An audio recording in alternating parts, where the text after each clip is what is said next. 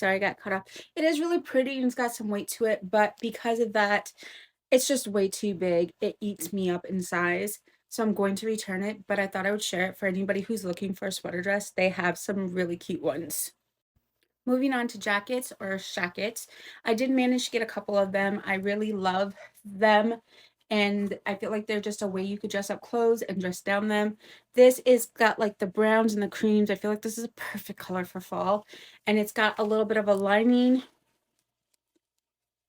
inside for the like your body, like the silky, there we go, the silky kind of like how, and it's in the arm, so you're not going to be itchy, which is something I really love about this. And yeah, it's a little longer than normal ones, so it'll cover your butt if you want to wear some leggings. I love that one so much. I had to get it in the black and white one.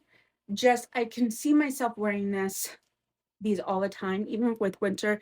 They have little buttons on the wrist, which is something I failed to say in the first one. No ties or anything like that for the back, but they are definitely super cute and feel very warm. So if you want to wear it during the winter, you should be okay. This last jacket is, oh my goodness. So you can see that the inside does not have a lining. So if you have like itch factors for your skin, this might not work for you. But look at this color. It screams fall. It is a long one. It's almost like a trench. It has 3 buttons, but it's not as long. It's a little shorter. I'm 5'2", so it's pretty long on me. So I imagine the taller ones, you taller girls, it will fit a little easier.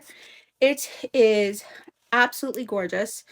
And I cannot wait to wear this with something a little dressy or even dressed down. I feel like it is going to be so good and a staple. Last 2 things from Old Navy, some earrings with little diamonds. These are gold plated, and some leggings to go with the flannels. So I have a pair of BKEs.